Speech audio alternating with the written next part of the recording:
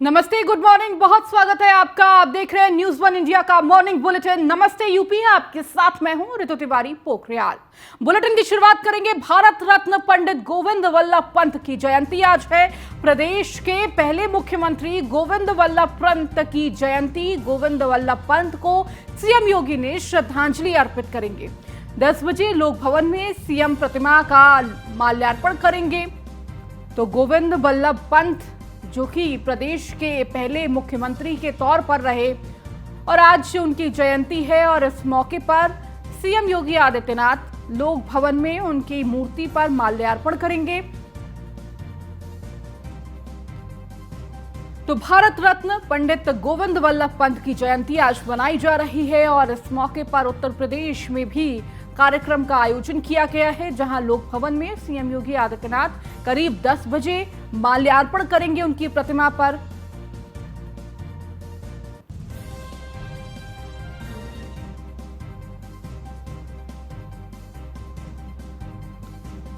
और ज्यादा जानकारी के साथ लखनऊ से हमारे संवाददाता नीलेश चौहान हमारे साथ जुड़े हुए हैं। नीलेश, आज गोविंद वल्लभ पंत की जयंती है और देखिए प्रदेश के पहले मुख्यमंत्री के तौर पर वो थे और आज इसी को लेकर लोक भवन में सीएम योगी आदित्यनाथ उनकी प्रतिमा पे माल्यार्पण करेंगे। और क्या कुछ खास रहने वाला है? देखिए, बिल्कुल आपको बता दूं कि उत्तर प्रदेश के पहले मुख्यमंत्री गोविंद वल्लभ पंत की आज जयंती है। जयंती के अवसर पर उत्तर प्रदेश के मुख्यमंत्री योगी आदित्यनाथ उनकी प्रतिमा पर माल्यार्पण करेंगे। ये कार्यक्रम लोक भवन में 10 बजे रखा गया है। उत्तर प्रदेश के मुख्यमंत्री होने के साथ साथ गोविंद वल्लभ पंत भारत रत्न भी रहे हैं।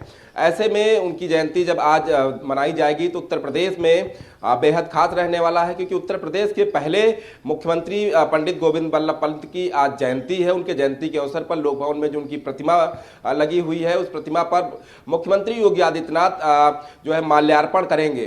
कहीं ना कहीं आज उनकी जयंती के अवसर पर मुख्यमंत्री योगी आदित्यनाथ जब 10 बजे लोक भवन पहुंचेंगे, माल्यार्पण करेंगे, तो पंडित गोविंद वल्लभ पंत जो कि भारत रत्न भी रहे हैं, उनको आज के दिन याद किया जाएगा, उनके विषय पर चर्चा की जाएगी। कहीं ना कहीं गोविंद वल्लभ पंत के योगदान को उत्तर प्रदेश की जनता इसलिए भी नहीं भुला सकती क्योंकि वो उत्तर प्रदेश के पहले मुख्यमंत्री थे और साथ ही साथ भारत रत्न थे। उत्तर प्रदेश के विकास के लिए उन्होंने जो नींव रखी है, आज उसी को आगे बढ़ाने का काम तमाम सरकारें कर रही हैं। तो इस अवसर पर जब आज उनकी जयंती है तो जयंती के अवसर पर लोक भवन में उन्हें याद किया जाएगा, उनकी प्रतिमा पर माल्यार्पण किया जाएगा। उत्तर प्रदेश के तमाम राजनीतिक दल हैं जो पंडित गोविंद वल्लभ पंत की जयंती के अवसर पर तमाम जगहों पर माल्यार्पण का कार्यक्रम रखेंगे।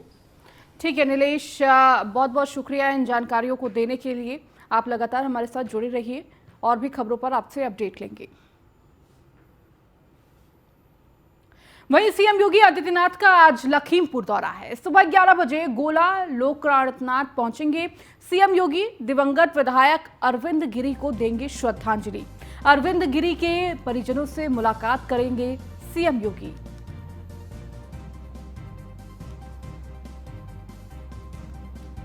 तो लखीमपुर दौरे पर सीएम योगी आदित्यनाथ आज रहने वाले हैं। सुबह 11 बजे गोला गोकर्णनाथ पहुंचेंगे सीएम योगी और दिवंगत विधायक अरविंद गिरी को देंगे श्रद्धांजलि। उनके परिजनों से भी मुलाकात करेंगे।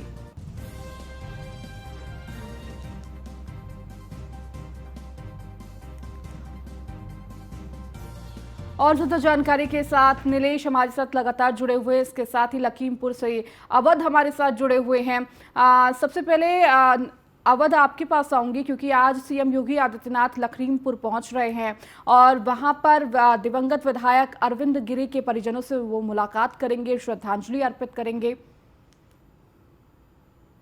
देखिए, योगी आदित्यनाथ जब से यूपी के मुख्यमंत्री बने तब से उन्होंने एक नई परिपाटी शुरू की है। उनका हमेशा जब किसी विधायक या किसी में यानी उनके जो कार्यकर्ता होते हैं उनके दुख की घड़ी होती है तो मुख्यमंत्री योगी आदित्यनाथ स्वयं जाकर यानी उस कार्यकर्ता के दुख को बांटने की, दुख में सांत्वना देने का काम करते हैं। इसी कड़ी में आज मुख्यमंत्री योगी आदित्यनाथ का चौपल लखीमपुर खीरी के गोला कस्बे में राजेंद्र गिरी स्टेडियम में करीब 11:30 बजे स्टेडियम में उनका चौपर उतरेगा, जहां से वो बाई कार जो स्वर्गीय अरविंद गिरी विधायक जो हैं उनके फार्म हाउस लालापुर जाएंगे, जहां उनके शोकाकुल परिजनों से मिलेंगे और उनसे मुलाकात करेंगे, साथ ही साथ उनको सांत्वना देंगे। और इस दुख की घड़ी में वो हमेशा यह कहते आए हैं कि हम अपने विधायक के साथ में इसी क्रम में वो पहुंचेंगे। बात करें अरविंद गिरी की, तो अरविंद गिरी लखीमपुर खीरी के जो ये गांजर इलाका है, इसके बेहद लोकप्रिय नेता थे। उनका बीते दिवस स्वर्गवास हो गया था, हृदयगत रुकने से उनकी मौत हो गई थी। अरविंद गिरी हमेशा से जो किसानों के मुद्दे थे उसको लेकर वो यानी हमेशा उठाते रहते थे। चूंकि इतने लोकप्रिय थे, आप समझ सकते हैं कि जी। उनके वो 5 बार लखीमपुर खीरी से विधायक रहे, और उस विधायक जो कार्यकाल था उसके दौरान हमेशा किसानों के मुद्दे, चाहे वो गन्ना भुगतान का मामला हो, जो तराई का बेहद अहम मुद्दा माना जाता है, और कई सारे किसानों के मुद्दे वो हमेशा उठाते रहे, किसानों के लिए संघर्षशील रहे। इसलिए अरविंद गिरी जो तराई क्षेत्र में बेहद लोकप्रिय थे, उनकी यानी मौत के बाद जो ये तराई का इलाका है, इसमें बेहद जो गमगीन माहौल है, उसको लेकर आज अरविंद जो मुख्यमंत्री योगी आदित्यनाथ है, लखीमपुर खीरी पहुंच रहे हैं और परिजनों से मिलेंगे। अरविंद गिरी अपने पीछे 2 बेटे 2 बेटियां छोड़ गए हैं, और पत्नी है जो काफी यानी शोकाकुल है, और उनके जो भाई है उनसे भी मुलाकात करेंगे। साथ ही साथ यह सांत्वना देंगे कि वो इस दुख की घड़ी में मुख्यमंत्री योगी आदित्यनाथ उनके परिजनों के साथ।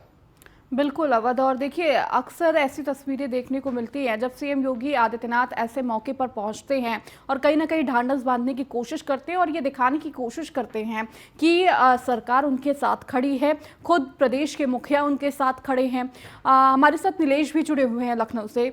नीलेश, सीएम योगी आदित्यनाथ लखीमपुर जा रहे हैं और देखिए अभी कुछ ही दिन पहले जिस तरह से विधायक का देहांत हुआ था हार्ट अटैक आने के बाद, कहीं ना कहीं अरविंद गिरी के परिवारजनों से मिलेंगे और एक तरह का संवेदना देंगे। इसके साथ ही कहीं ना कहीं ये दिखाने की कोशिश जरूर की जाएगी कि प्रदेश सरकार उनके साथ, उनके परिवार के साथ खड़ी है।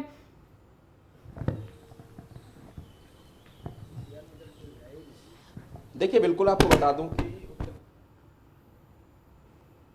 जो कुछ दिन पहले जो विधायक हैं अरविंद गिरी, उनका देहांत हो गया था, जिसके कारण जो है आज मुख्यमंत्री योगी आदित्यनाथ का लखीमपुर दौरा है। और लखीमपुर दौरे पर जब मुख्यमंत्री योगी आदित्यनाथ रहेंगे तो अरविंद गिरी जो दिवंगत आत्मा है उनके परिवार से मुलाकात करेंगे। अरविंद गिरी की बात की जाए तो 5 बार के विधायक रहे हैं और काफी लोकप्रिय नेता माने जाते रहे हैं लखीमपुर, क्योंकि जिस समय जब किसान आंदोलन चल रहा था उस समय भी अरविंद गिरी ने अपना समर्थन किसानों को दिया था। तो इस लिहाज से भी देखा जाए और गरीबों की लिहाज से देखा जाए तो समय समय पर वो किसान गरीब की आवाज उठाते रहे हैं और उस लिहाज से वहां की जनता में भी शोकाकुल व्याप्त है। जिसके बाद आज मुख्यमंत्री योगी आदित्यनाथ वहां जब पहुंचेंगे तो अपने श्रद्धा सुमन अर्पित करेंगे। जो अरविंद गिरी का परिवार है उनके परिवार से मुलाकात करेंगे, उनको ढांढस बंधाने का प्रयास करेंगे। साथ ही साथ जो अरविंद गिरी के द्वारा लखीमपुर जनपद में विकास कार्य किए गए, अपनी विधानसभा क्षेत्र में विकास कार्य किए गए हैं, उस पर भी जनता से बातचीत करेंगे। उनके परिवार को भी ये बताने का प्रयास किया जाएगा कि उत्तर प्रदेश सरकार उनके साथ है, मुख्यमंत्री योगी आदित्यनाथ उनके साथ है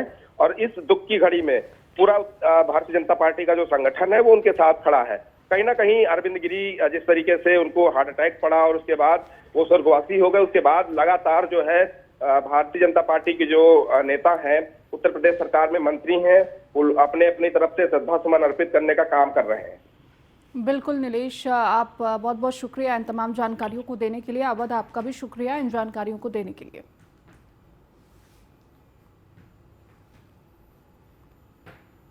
शुक्रवार को जौनपुर को सीएम योगी ने विकास योजनाओं का तोहफा दिया। जौनपुर में मेडिकल कॉलेज का सीएम योगी ने निरीक्षण किया। योजनाओं के लाभार्थियों को सीएम योगी ने प्रमाण पत्र भी बांटे और इसी दौरान सीएम योगी ने के संबोधन में कहा कि पीएम मोदी का सपना साकार हो रहा है। 2017 से पहले विकास के नाम पर छलावा होता था। आज यूपी में अपराधियों के लिए कोई जगह नहीं है। आज यूपी दंगा मुक्त प्रदेश है। विकास के लिए ईमानदारी से काम कर रहे हैं और कोरोना काल में किए गए कामों की हर तरफ तारीफ मिल रही है। यूपी का मॉडल कई राज्य अपना रहे हैं। भ्रष्टाचार पिछली सरकारों का हिस्सा थी। पिछली सरकार अपने गुर्गों और ठेकेदारों को काम दिलवाती थी। आज यूपी में भ्रष्टाचारियों की संपत्ति कुर्क होती है। यूपी में दंगा कराओगे तो संपत्ति जब्त होगी। ये संदेश सीएम योगी आदित्यनाथ ने जनसभा में दी।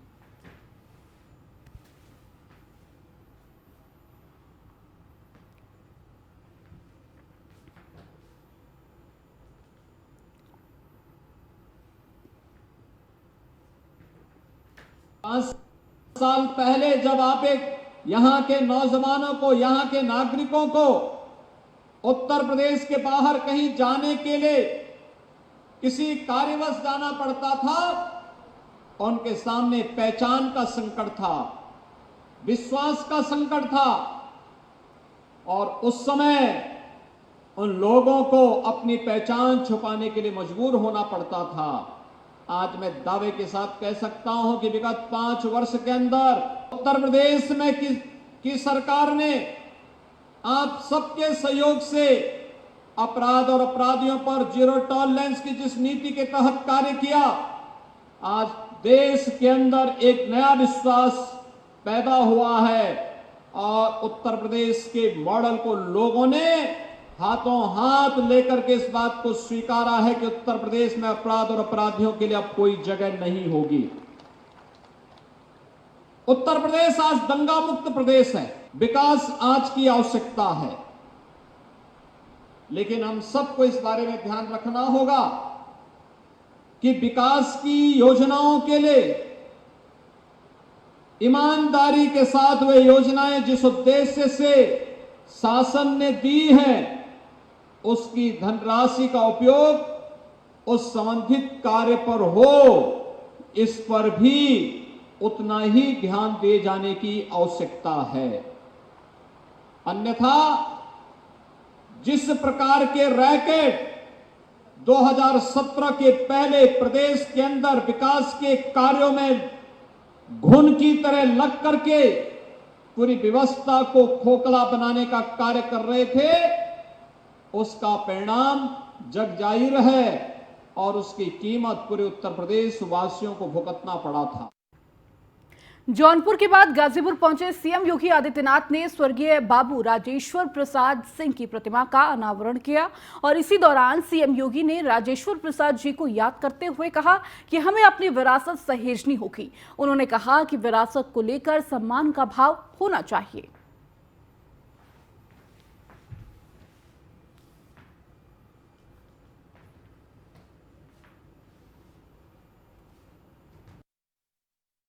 आज मैं अभिभूत हूं इस गाजीपुर जनपद में शिक्षा की अलख जगाने वाले बाबू राजेश्वर प्रसाद सिंह जी की इस भव्य प्रतिमा का अनावरण करने का सौभाग्य मुझे प्राप्त हुआ है।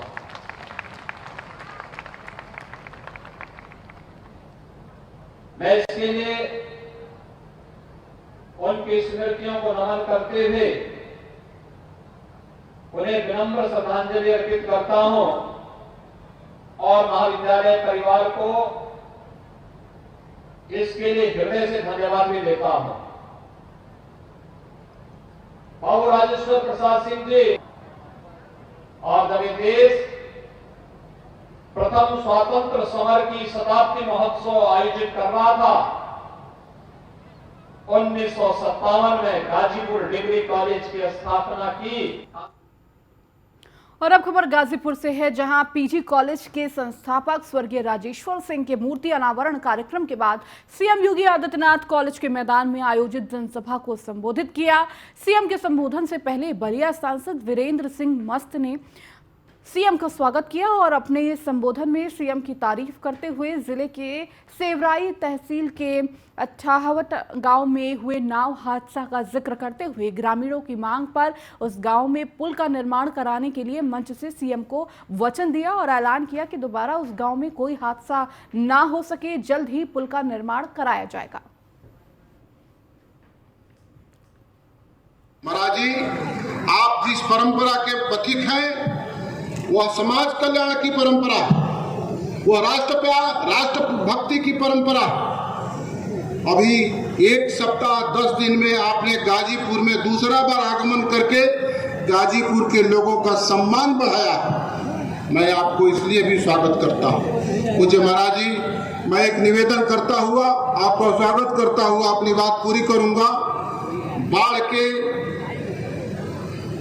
क्षेत्र में आपने लोगों को बहुत ही और अब खबर महोबा से, जहां पर महोबा दौरे के दौरान डिप्टी सीएम केशव प्रसाद मौर्य दिवंगत दिव्यांग फरियादी की बात सुनी, जमीन पर बैठे गए और गांव की सड़क निर्माण की समस्या को लेकर पहुंचा था फरियादी। और इसी मौके पर डिप्टी सीएम ने फरियादी को वस्त्र भेंट कर निस्तारण का आश्वासन दिया और डिप्टी सीएम ने ऐतिहासिक कीरत सागर के सिकारा में भी सैर की।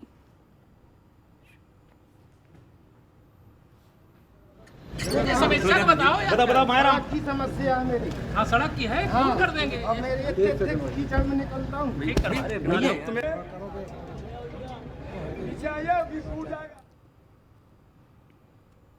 वहीं गैर मान्यता प्राप्त मदरसों का सर्वे आज से शुरू होगा। गैर मान्यता प्राप्त मदरसों की सभी जानकारी जुटाई जाएगी। 15 अक्टूबर तक पूरा होगा मदरसों का सर्वे। 25 अक्टूबर तक शासन को सौंपनी होगी रिपोर्ट। योगी सरकार के आदेश पर हो रहा है मदरसों का सर्वे। तो गैर मान्यता प्राप्त मदरसों का सर्वे आज से शुरू हो जाएगा। और देखिए, मदरसों को लेकर यह आदेश योगी सरकार के द्वारा जारी किया गया था कि आप मदरसों में जाइए, उसका सर्वे कीजिए, उसकी रिपोर्ट दीजिए। इसके साथ ही कौन कौन से ऐसे मदरसे हैं जिनको मान्यता नहीं मिली हुई है, इसके साथ ही मदरसों को भी जानकारी देनी होगी कि कितने बच्चे उनके मदरसे में आते हैं, इसके साथ किस तरह की शिक्षा दी जाती है, कौन कौन से सब्जेक्ट पढ़ाए जाते हैं, और साथ ही साथ मदरसों में जो पैसे आते हैं उसका सोर्स क्या है, उसकी भी जानकारी देनी होगी।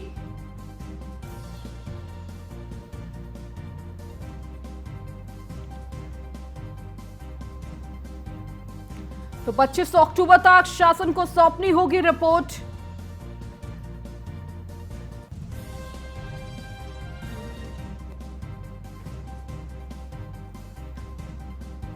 तो गैर मान्यता प्राप्त मदरसों की सर्वे करने के जो आदेश दिए गए थे, आज से उसकी शुरुआत होगी। और देखिए, इसे लेकर विरोध भी जताया जा रहा था कि मदरसों का आखिर सर्वे क्यों कराया जा रहा है, किस तरह की राजनीति ये की जा रही है, तमाम सवाल खड़े कर रहे थे। और इसका विरोध भी देखने को मिला।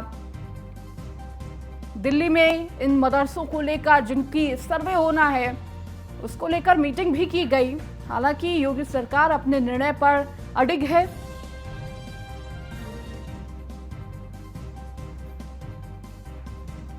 तो गैर मान्यता प्राप्त मदरसों का आज से सर्वे शुरू होगा और 15 अक्टूबर तक ये सर्वे किया जाएगा। तो वही 25 अक्टूबर को शासन को ये रिपोर्ट सौंपनी होगी। तो लगातार योगी सरकार ये कोशिश कर रही है कि मदरसों को भी एक बेहतर तरीके से बनाया जा सके, एक अच्छी शिक्षा पद्धति लाई जा सके। पहले एनसीईआरटी को लागू करना मदरसों में, अब उसके साथ इन मदरसों का सर्वे भी कराया जा रहा है।